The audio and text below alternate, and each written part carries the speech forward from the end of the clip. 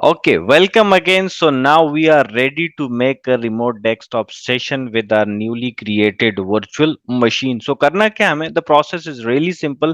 हमने यहाँ से इस एड्रेस को कॉपी करना है और कॉपी करने के बाद अपने पास रिमोट डेस्कटॉप सेशन को ऑन कर लेना है। सो हम रन में जाएंगे, MSTSC लिखेंगे, रिमोट डेस्कटॉप सेशन, और यहाँ पर हमने आईपी एड्रेस दे देना है। जैसे ही हम आईपी एड्रेस देंगे और हम हिट करेंगे इंटर, सो ये हमारे पास कनेक्टिविटी इनिशिएट करेगा और ये हमसे पूछेगा कि यूजर आईडी बता दें और पासवर्ड बता दें। सो हमने इसको कहा कि जी यूजर आईडी हमारे पास है सुपर एडमिन एंड पासवर्ड हमने इसको दिया। सो पासवर्ड देने के बाद ये हमें डायरेक्टली उसी मशीन पर जो है कनेक्ट कर देगा। सो लोकल एडमिनिस्ट्रेटर है, सो हमने लोकल एडमिनिस्ट्रेटर को मेंशन किया और हमने कहा जी कनेक्ट करवाएं हमें हमारी न्यूली क्रिएटेड वर्चुअल मशीन से। उसने कहा you are going to connect, मैंने कहा यस ऑफ कोर्स। सो जैसे ही मैंने हिट एंटर किया यस के ऑप्शन पर, सो हियर वी गो।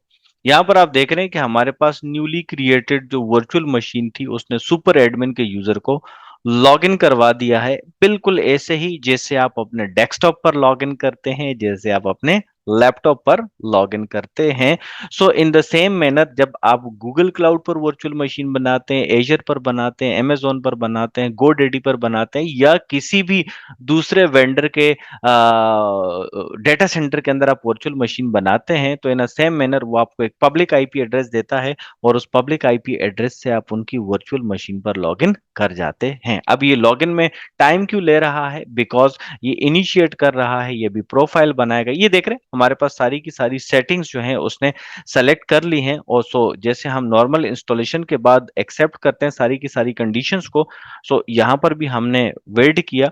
वो कहते हैं जस्ट अ मोमेंट, पीछे बैकग्राउंड पर वो कुछ सर्विसेज को इनेबल करेगा, प्रोसेसेस को इनेबल करेगा, और उसके बाद वो हमें लॉगिन करवा देगा। सो हमारे पास यहाँ तक जो है वर्चुअल मशीन के डिप्लॉयमेंट का प्रोसेस कंप्लीट हुआ और हमने तमाम ऑप्शंस की सिलेक्शन के बाद ये भी आइडेंटिफाई कर लिया कि हमारे पास वर्चुअल मशीन रेडी हो गई है और हम उस पर रिमोट डेस्कटॉप सेशन बना चुके हैं। सो ये हमारे पास हमारी वर्चुअल मशीन आ गई है और वो हमसे कहते हैं जी आप नेटवर्क सर्विसेज इनेबल करना चाहते हैं? हमने कहा जी यस बिल्कुल हम इनेबल करना चाहते हैं। हमने वो सर्विसेज इनेबल की और आप यहाँ पर देख रहे हैं कि हमारे पास हम इस वक्त बैरूनी दुनिया से, इंटरनेट की दुनिया से कनेक्टेड हैं। If you wanna explore Google, so या किसी भी दूसरी वेबसाइट पर मैं जाना चाहता हूं, मैंने लिखा google.com। सो यहाँ पर मैंने बेसिक ऑप्शंस को सेलेक्ट किया, कंटिन्यू विदाउट दिस डेटा, ठीक है, स्टार्ट ब्राउजिंग। सो यहाँ पर जब मैं आया और यहाँ पर आने के बाद मैंने लिखा google.com, so it means that it's working fine, ठीक है।